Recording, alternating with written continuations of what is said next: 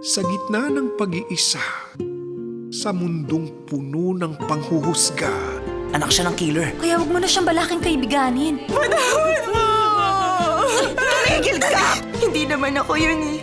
Hindi ako killer. Hindi ko magagawang pumatay ng tao. isang kaibigan ang matatagpuan. Joy Lee, ikaw na anak ng killer.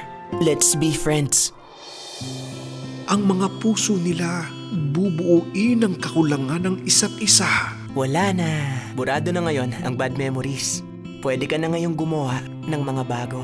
Gusto ko rin si Julius. Gustong-gusto ko siya. Lagi mong gagamitin yan, ha? May re-regalo ako sa'yo. Ibibigay ko regalo mo kapag umuulan. Julius! Bakit ka ba nandito? Para iligtas ka.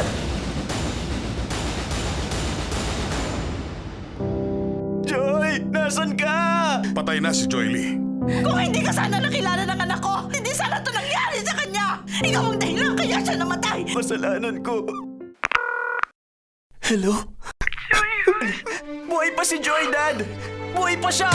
Nababaliw ka na. From the first and true home of Asian novellas, Mula ngayon, ako nang maghahanap kay Joy. Araw-araw akong babalik. Hindi ako titigil. Ikaw to, di ba? Patay ka na. Wala siyang pakialam sa'yo. Hindi ka niya hinahanap. Hindi ka na si Joy Lee. Ikaw si Zoe.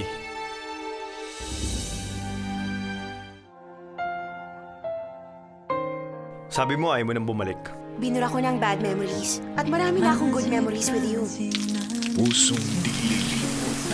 Titila ang ulan, hindi titila. Darating, hindi darating. Joy! Parang ikaw ang matagal ko nang hinahanap. Pangakong di bibitiwan. Si Zoe at yung babaeng hinahanap ko, si Joy. May similarity sila. Pag-ibig na di isusuko. Sino ka ba? Gusto ko siyang pahirapan. Julius Han. Sabihin mo ulit ang pangalan ko.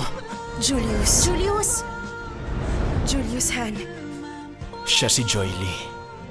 Missing You. Ngayong April 22 na